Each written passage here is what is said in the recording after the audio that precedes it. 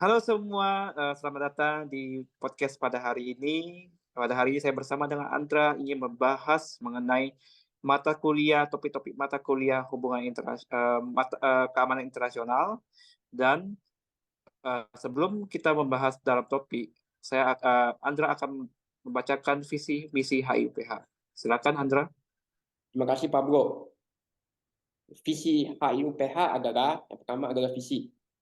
Visi, membawa mahasiswa HIUPH untuk mengantisipasi tantangan perubahan globalisasi dengan memulai gerakan transformasional secara holistis melalui peningkatan karakter, skill, pola pikir, dan pengalaman untuk menciptakan individu yang profesional, intelektual, solider, dan berkarakter.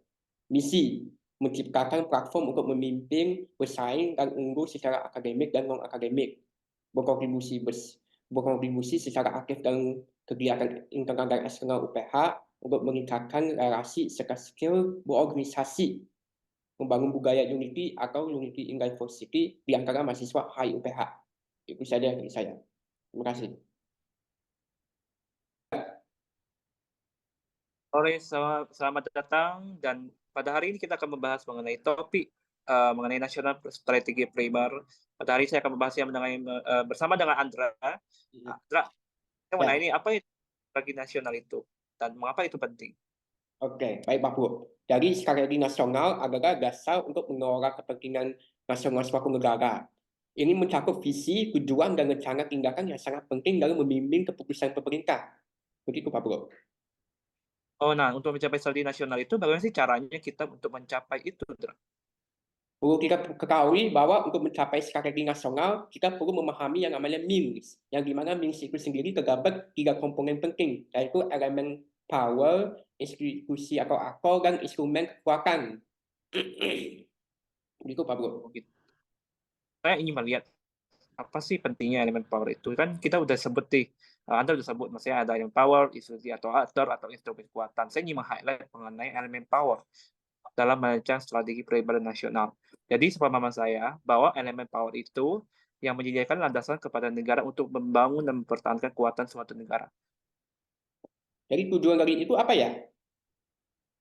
Ya, menurut saya ya tujuannya adalah dengan adanya power ini, negara mampu untuk memproteksi, mempertahankan kekuatan suatu negara. Jadi semua ini Itu, Indra. Oke, baik Pak Bu. Jadi semua ini punya kepentingan subjektif negara masing-masing ya. Semuanya berniat untuk mencapai goalsnya masing-masing dengan melalui strategi negara primer negara ini. Jadi, keadaan sumber daya alam, geografi, ekonomi, infrastruktur, dan industri secara tradisional diakui sebagai elemen fondasi kekuatan suatu negara. Yang dimana dari semua itu merupakan elemen pendukung untuk strategi suatu tindakan negara. Dan juga agar institusi dan aktor menggunakan instrumen kekuatan dengan atas nama negara dengan tujuan untuk mencapai objektif dan menghasilkan suatu hasil yang sesuai dengan tujuan strategi politik. Begitu, Pak Bro. Nah, yang saya cermati ya, Indra ya, berarti Ya, negara untuk menjadi negara itu memerlukan aspek sumber daya alam, geografi, ekonomi, infrastruktur, industri. Jadi itu yang menjadi elemen pendukung untuk mencapai strategi politiknya. Nah, kalau saya lihat-lihat, saya pikir kalau negara tidak mempunyai tool seperti itu, maka dia akan lemah ya. Dia tidak sanggup mencapai strategi politiknya. ya betul Pak Bro. Betul. Jadi, bagaimana sih dengan miss yang mungkin Andra bisa jelaskan kepada penonton? Oke, baik Pak Bro. Jadi mengenai means, means adalah kapabilitas dan resources untuk mencapai suatu political aim atau national security strategy. Means di dalam national security strategy mempunyai 3 komponen yaitu elemen of power, institutions dan aktor, dan the instrument of power. Elemen of power mengandung hal seperti infrastruktur, budaya, ekonomi, industri, dan yang lain-lain. Sedangkan instrumen dan aktor mengandung pemerintah, IGO, NGO, individu, civil society, dan yang lain-lain. Untuk instrumen of power mengandung 4 instrumen, yaitu diplomatic yang mengandung representation, negotiation, dan implementation, informational yang mengandung perceive, inform, dan manipulate, militer yang mengandung force, threat of force, dan force enabling, dan ekonomi yang mengandung assistance, trade, dan finance. Begitu Pak Bro. Oh, ini dalam mendefinisikan ini, kita bisa lihat ya, kalau dari contoh yang saya ambil pada pemerintah Xiaoping mengenai MIS ini. di dalam kebijakan Tau Guangyang strategi adalah pusat premisnya yaitu pengembangan ekonomi. Jadi dengan adanya kebijakan ini, adanya pengembangan ekonomi, militer, kapabilitas lainnya. Nah, dan melalui ini, China berhasil mengatasi profil rendahnya, di mana China mengembangkan kekuatannya tanpa pengetahuan reaksi dari dunia internasional yang bisa membatasi sumber daya dan pertumbuhan China. Betul, Pak Bro. Jadi mengenai pergerakan militer tepat, strategi harus mempertimbangkan kepentingan konteks strategi, tujuan politik, dan objektifnya, serta ketersediaan means-nya. Dalam pergerakan strategi, terdapat beberapa pergerakan yaitu observe, accommodate, shape, persuade, enable, induce, force, subdue, dan eradicate. Dalam mendesain strategi harus membentuk desain strateginya untuk mencegah interaksi yang tidak terantisipasi dari efek negatif. Begitu. Oh gitu. Oke deh, kita kan jadi kita harus mengerti dulu ya konsep-konsepnya gitu supaya mengerti Iya, mencapai strategi politik.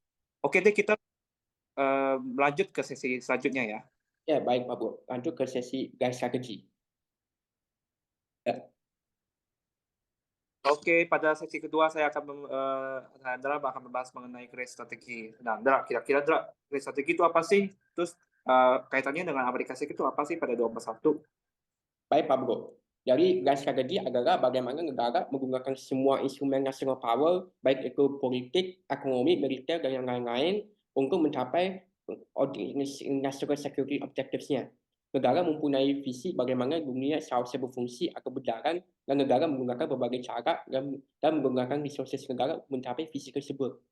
Untuk strategi Amerika di abad 21, Amerika sekarang teroris 9/11 membuat strategi baru untuk mengeliminasi ancaman teroris di luar negeri untuk mencegah adanya lagi serangan teroris seperti 9/11. Caranya adalah dengan menginvasi ke negara Irak, mengeliminasi Saddam Hussein, dan menyebarkan dan mengadopsikan sistem demokrasi di Timur Tengah untuk mencegah adanya terorisme di negara-negara Timur Tengah. Begitu Pak Bro. Oh, eh, tapi saya pernah ya, Andra, yang dengar mitos yang beredar di mana-mana, di mana Amerika Serikat sengaja membiarkan serangan itu terjadi pada peristiwa 9/11. Hmm. Nah, untuk menjustifikasi serangan invasi ke Irak. Jadi apakah grand strategi ini bersifat subjektif atau objektif ya? Ya, baik Pak Bro. Jadi Amerika pada saat itu melakukan invasi ke Irak untuk mengamankan minyak atau gas di Timur Tengah. Timur Tengah adalah pusat minyak di dunia dan Amerika cukup tergantung dengan minyak yang berada di Timur Tengah. Minyak menurut Committee on Resources sebagai US House of Representatives mengatakan bahwa minyak adalah hal yang sangat krusial untuk mengamankan untuk keamanan nasional dan kesejahteraan ekonomi Amerika Serikat. Jadi jika disimpulkan emang agak subjektifnya Pak Bro. Oh gitu.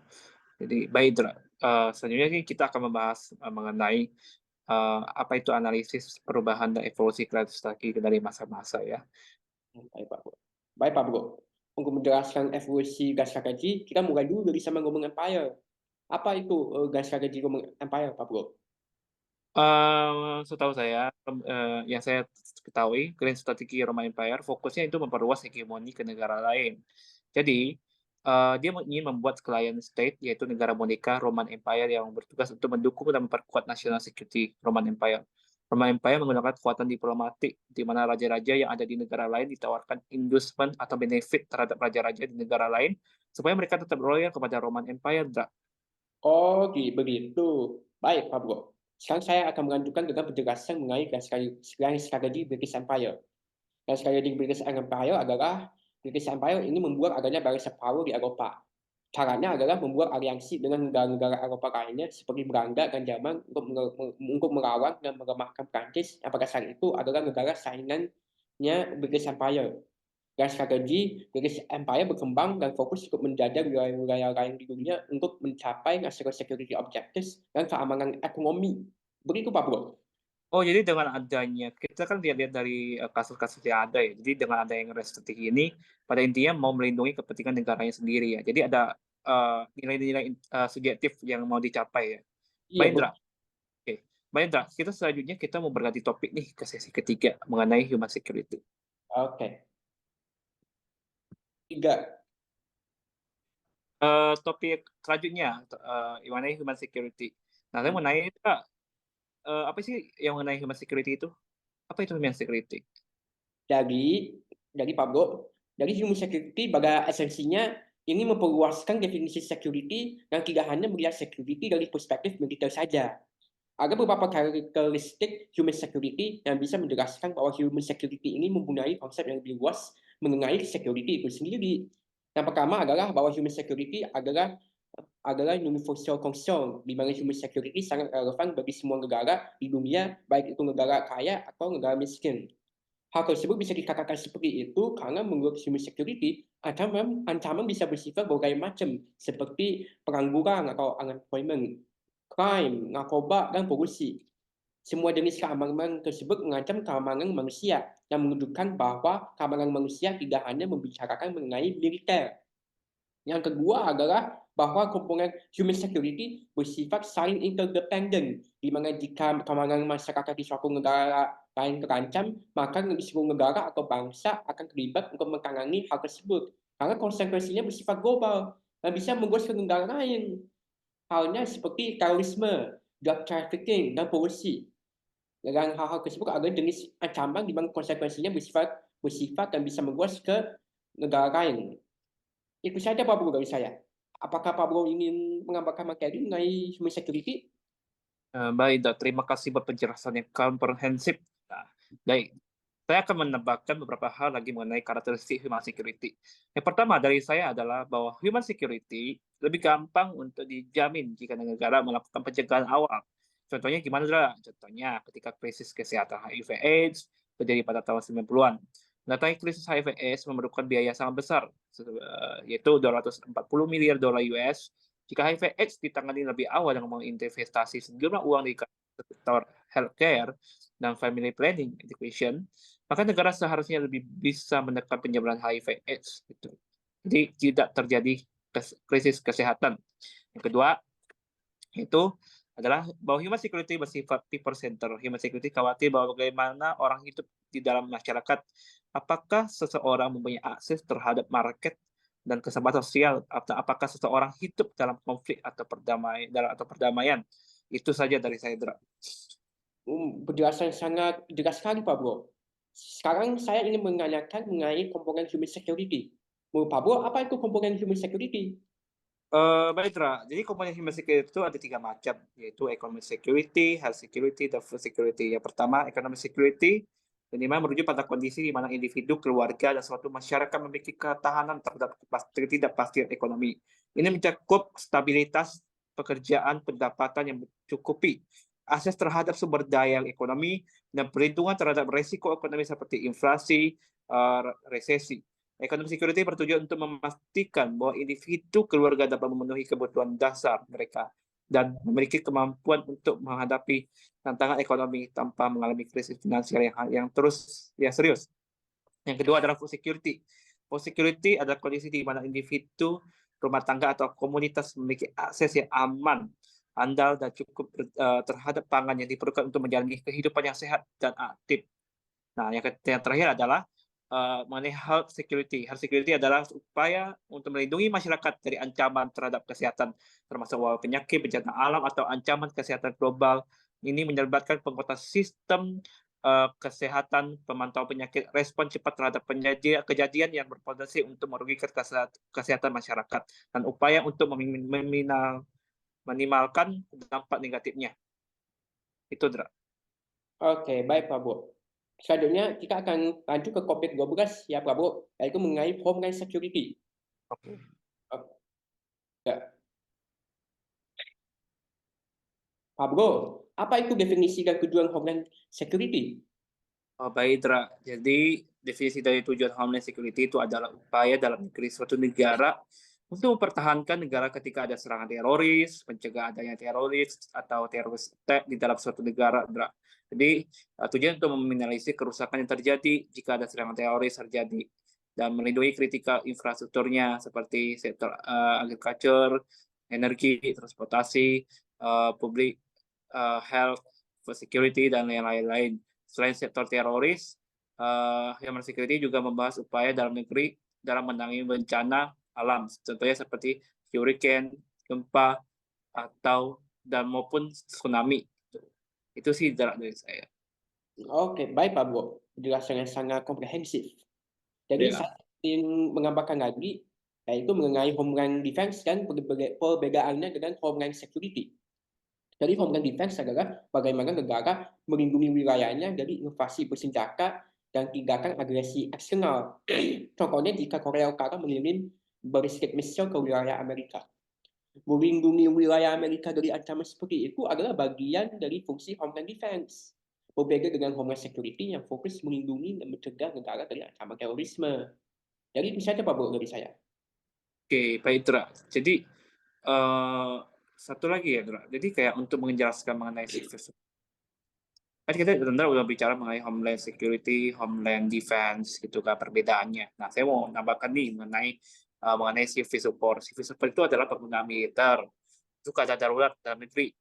Contohnya penggunaan adalah ketika ada krisis bencana alam di suatu negara seperti gempa bumi, tsunami, dan gunung meletus. Contoh lainnya adalah ketika militer digunakan untuk melindungi kritikal infrastruktur negara seperti public health, energi, transportasi, dan yang lain-lain. Oke, baik Pak Bro. Sekarang kita akan lanjut ke topik berikutnya, yaitu dampak politik luar negeri bebas aktif terhadap strategi pertahanan nasional Indonesia. Ya. Oke, pada topik selanjutnya kita akan membahas mengenai dampak asas politik luar negeri bebas dan aktif terhadap strategi pertahanan nasional Indonesia. Nah, mungkin Andra bisa memberikan review pendek mengenai topik ini, Andra. Oke, jadi review pendeknya adalah pertama kita harus mengetahui dulu sisi bebasnya. Jadi arti umumnya adalah dalam konteks kebijakan luar negeri Indonesia, bebas mengacu pada keinginan untuk menjaga kemerdekaan dan kedaulatan negara dari campur tangan asing. Negara bersikeras untuk membuat keputusan sendiri tanpa tekanan atau intervensi dari pihak luar. Contohnya adalah ketika Indonesia menganut prinsip politik luar negeri yang bebas dan tidak terikat pada blok kekuatan manapun. Selanjutnya adalah sisi aktifnya. Arti umumnya adalah dalam konteks kebijakan luar negeri Indonesia, aktif merujuk pada keterlibatan proaktif negara dalam isu-isu internasional. Indonesia tidak hanya bersikeras pada kemerdekaan dan kedaulatan nasionalnya sendiri, tetapi juga aktif terlibat dalam upaya-upaya internasional untuk mempromosikan perdamaian, keadilan, dan kerjasama antar bangsa. Contohnya adalah Indonesia mengambil peran aktif dalam penyelenggaraan Konferensi Asia Afrika pada tahun 1955 dan telah terlibat dalam sejumlah inisiatif diplomatik regional dan internasional. Begitu dari saya Pak Bro. Oh begitu, kalau bisa dijelaskan untuk memahami bebas dan aktif itu, kita kan perlu memahami prinsipnya menurut Andra, prinsipnya seperti apa ya? Baik Pak Bro, jadi untuk memahami prinsip bebas aktif, kita perlu mengetahui satu, esensi dan konsekuensi yang berarti kebebasan bertindak. Dua, interpretasi, bagaimana menafsirkan prinsip itu dan meletakkannya dalam konteksnya bergantung pada asumsi strategis, nilai-nilai, dan bias kognitif. Yang tiga, interpretasi berdasarkan tujuan. Semua interpretasi adalah valid jika interpretasi tersebut memberikan manfaat terbaik kepentingan nasional berdasarkan relevansi waktu dan uji validitas. Itu saja. Oh, jadi dengan adanya prinsip ini bisa meng-guide Indonesia, tentunya di Indonesia untuk menjadi berperan aktif di kancah global ya. Jadi dengan adanya politik bebas ini bisa memainkan peran Indonesia juga di dunia dalam menjaga perdamaian dunia ya. Iya, betul Pak Bro. Justru itu baik untuk keamanan nasional Indonesia, di mana Indonesia yang berperan di dunia internasional, maka Indonesia bisa berperan dalam perdamaian dunia, dan Indonesia bisa tahu secara langsung situasi politik di sana seperti apa, dan ini bisa dijadikan refleksi bagi Indonesia untuk mengevaluasi keamanan nasionalnya. Gitu Pak Bro. Betul. Sekarang saya mau menambahkan sedikit lagi ya. Materi sebelum ke tahap kesimpulan. Materinya adalah mengenai 5 policy option and assumption. Yang pertama, control options. Kedua, forest policy option, forest development option, resources allocation option. Yang kelima juga forest employment option. Jadi mungkin bukan ya mengenai prinsip bebas dan aktif itu, yang pertama adalah asas bebas aktif mempunyai makna normatif kebebasan bertindak dan harus sejalan dengan kalibrasi ulang dan rekontekstualisasi Pancasila sebagai ideologi kerja bangsa pemenang di tingkat global ya. Terus yang kedua, prinsip bebas aktif adalah gesit dan luas dalam kesinambungannya. Aplikasi berdasarkan pemikiran strategis, itu kritis, historis, sintetik, sistemik, kreatif, dan futuristik agar sesuai dengan strategi global tantangan. Nah, yang terakhir adalah prinsip bebas aktif sesuai dengan pembelaannya kebutuhan strategi untuk mengatasi tantangan keamanan global yang dihadapi kepentingan nasional Indonesia dalam arti futuristik. Oke. Baik, Pak Bro. Penjelasannya sangat komprehensif. Baik, jadi sekarang kita akan melanjutkan ke topik 14 mengenai cyber strategy. Terima kasih. Oke, pada topik selanjutnya kita akan bicara mengenai cyber strategi, Dra. Oke, Dra.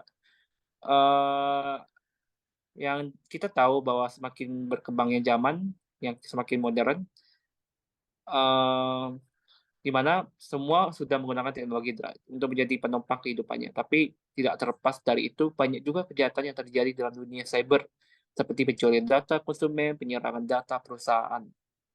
Iya, Pak Bro. Kita kita bisa melihat juga sejak tahun 2020 yang di mana banyak orang mengalami dampak dari pandemi COVID-19, semua orang banyak menggunakan teknologi dalam melakukan aktivitasnya, seperti dalam membayar secara online. Kita bisa lihat pada tahun 2020 Australia melakukan investasi untuk cyber security sebesar 1,6 miliar dolar untuk beberapa dekade ke depan dengan tujuan melindungi infrastruktur yang kritis dan berlindung dari cybercrime dan perlindungan data pemerintah. Begitu. Oh, ini juga merupakan hasil yang juga hal-hal yang vital juga. Jadi kita bisa melihat Indonesia banyak data-data privasi masyarakat yang diretas oleh hacker dan dijual datanya. Hal ini membuat saya berpikir bahwa Indonesia masih lemah dalam menangani cybercrime-nya. Iya, Pak Bro. Indonesia masih harus perlu berbenah dalam cyber security-nya. Jadi Indonesia yang di mana pengguna internetnya itu, yang saya dengar ya, hampir mencapai 197 juta pengguna, sudah mengalami penyerangan cyber, Dra. Jadi pada serangan dunia maya, itu terjadi di situ. Jadi mungkin Anda bisa menjelaskan kenapa hal ini terjadi. Baik, Pak Bro. Jadi hal ini bisa saja terjadi karena ekosistem pertahanan cyber Indonesia yang masih lemah dan banyaknya penggunaan internet di Indonesia, tapi dengan literasi masyarakat Indonesia itu rendah dan menyebabkan mereka mudah dipengaruhi oleh apapun seperti penipuan, penyadapan, dan yang lain-lain sebagainya. Oleh karena itu, kita memerlukan regulasi, ekosistem, dan implementasi yang kuat terhadap cyber security ini. Begitu. Mungkin Indonesia harus lebih kritis ya dalam serius dengan kebijakan mengenai cyber security-nya. Dan harus banget sih kayak Indonesia untuk memperdayakan putra-putri terbaik bangsa dalam cyber security ini, sehingga muncul semakin banyak SDM yang mumpuni dalam menghadapi cyber attack ini. Iya, kita harus tahu bahwa dengan semakin berkembangnya internet ini, kita juga harus mengimbanginya dengan kekuatan keamanan cyber yang kuat. Oh iya, untuk meningkatkan cyber security yang kuat, saya juga berpikir bahwa provider teknologi harus meningkatkan kesadaran kepada masyarakat. Kalau mulai pemerintah harus bisa berperan dalam meningkatkan kesadaran dengan menciptakan kesadaran dengan regulasi, dengan membuat peraturan dengan tujuan meminimalisir risiko serangan cyber. Dan para individu kayak kita harus be aware gitu loh, maksudnya dengan segala kemungkinan risiko yang bisa menyerang mereka. Mereka harus waspada dan selalu mencari verifikasi apakah informasi ini benar. Ya, benar Pak Bro. Ternyata masalah cyber security ini sangat krusial dan kompleks ya. Di saat kita mau menggunakan internet, tapi juga mempunyai risiko diserang. Iya, karena itu berhati-hati dan harus mempunyai pengetahuan cara menghindari ini. Oke, baik baik Pak Bro. Jadi sekarang kita akan melanjutkan ke topik terakhir, yaitu mengerti keberadaan dan ancaman Islamis terorisme melalui analisis multidimensional dan membahas juga mengenai irregular warfare di Papua. Terima kasih. Gitu. 3. Oh, jadi topik terakhir kita membahas mengenai maksudnya mengerti keberadaan ancaman Islamis teroris melalui analisis multidimensional dan membahas mengenai irregular warfare yang terjadi di Papua. Jadi sebelum kita masuk ke dalam pembahasan, kita perlu mengetahui bahwa teroris Islamis itu kan adalah ideologi dan sikap yang bertujuan untuk mencapai hukum Islam di Indonesia. Dan Indonesia sebagai negara ya di mana mereka ingin menjadikan Indonesia menjadi negara Islam, biasanya mereka mempropagandakan melalui kekerasan, no gradual ways, menyerang. Iya, mereka ingin mengganti ideologi negara ini. Nah, mungkin menurut kamu, terorisme ini seperti apa menurut analisis kamu? Oke, baik Pak Bro. Jadi menurut saya terorisme adalah fenomena multidimensional yang menekankan elemen politik, ekonomi, sosial, ideologi untuk membawa orang untuk melakukan kejahatan dan terlibat di aktivitas itu. Begitu Pak Bro, menurut saya. Tujuannya untuk melakukan kejahatan dan merugikan orang lain. Dan pastinya mereka mengganggu kedaulatan negara yang terutama masyarakatnya. Hmm. Jadi teroris itu kalau kita mau mau tahu lebih lagi, mereka punya level-level tertentu, yaitu seperti nomor 1 radikalisme, 2 ekstremisme, 3 jihad, dan 4 teroris sebagai bentuk kekerasan, dan teroris itu juga mempunyai bentuk-bentuknya seperti insurgensi, seperti yaitu aktivitas terorganisir, contohnya perundingan pemerintah, guerrilla warfare, contohnya itu Indonesia melawan penjajah, assassination of crime, ya contohnya itu pembunuhan beberapa orang yang biasanya dilakukan oleh beberapa orang terorisme seperti bom Sarina. Begitu Pak Bro. Jadi teroris itu punya level-level juga ya, menarik juga. Jadi saya melihat bahwa ada upaya dalam melakukan deradikalisasi di Indonesia. Yang di mana dalam proses deradikalisasi ini sudah berjalan lebih baik dari sebelumnya. Jadi kita tahu bahwa terdapat kelompok radikal yang ada di Indonesia, yaitu ya yang dari moderat sampai ke tingkat ekstrim. Nah, mungkin Andra bisa memberikan contoh konkret di Indonesia di mana adanya gerakan radikal ini yang ingin mengubah nilai-nilai Pancasila menjadi hukum Islam. Baik Pak Bro. Jadi kita bisa melihat bahwa terdapat ormas-ormas yang memang merupakan kaum ekstremis yang ingin mengubah ideologi negara ini menjadi ideologi Islam. Kita tahu bahwa ormas itu adalah FPI dan HTI. Mereka memiliki tujuan untuk mengubah negara ini menjadi Islamic Salafi State. Begitu Pak Bro. Oh, jadi dia ya kita juga nggak mau ya, Indra, ya, Mas, ya. Kita kan mau negara ini tetap berdiri berdasarkan Pancasila. Hmm. Jadi kita punya tetap satu jua. Hmm. Nah, sekarang kita mau bahas nih mengenai Hmm. negara Papua. Anda mungkin bisa menjelaskan itu seperti apa? Oke, baik Pak Bro. Jadi irregular warfare di Papua adalah gerakan sosial yang diorganisir secara ideologis, budaya, dan berbasis sumber daya oleh pihak non-negara melawan pihak negara yang memiliki sumber daya lebih besar dengan tujuan memisahkan separuh bagian barat pulau Papua dari Indonesia.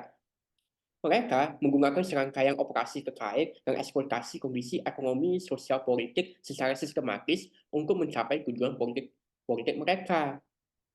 Kegiatan ini telah berlangsung sejak 1993 hingga saat ini. Jadi berlaku sampai 58 tahun. Faktor penentu dari illegal warfare di Papua adalah serangkaian kebijakan publik degeneratif yang telah diterapkan di Papua selama 58 terakhir ini. Oleh karena itu, pemerintah harus siap mengatasi hal ini dengan strategi gerakan penghambat yang melibatkan kekuatan lintas lembaga dan operasional bersama. Itu saja dari saya, Pak Bro. Apakah ada hal lain yang ingin disampaikan? Jadi era Orde Baru dan era reformasi di tahun 98 belum mampu ya menyelesaikan politik degeneratif di Papua. Hmm. Hingga saat ini pemerintah Indonesia masih berjuang melawan gerakan tidak teratur yang serius dengan tujuan memisahkan Papua dari Republik Indonesia. Jadi banyak ya yang ingin mengubah negara ini menjadi negara Islam, terus ada yang mau berpisah lah. Nah, saya patut apresiasi pemerintah kita bisa menghalangi semua itu, terutama teroris Islam dan irregular warfare di Papua. Dan hal ini tersebut tidak mengingat bahwa tidak terjadi tersebut tidak jadi mengingat bahwa Indonesia memiliki keberagaman dan suku dan ras yang berbeda. Biarlah Pancasila itu menjadi landasan pemersatu bangsa kita ya. Iya, Pak Bro. Ya udah, baik. Jadi itu saja buat podcast kita hari ini. Semoga podcast kita memberikan manfaat banyak bagi banyak orang dan membuat orang-orang menjadi lebih memahami mengenai isu security. Terima kasih semua. Terima kasih, bye. Bye.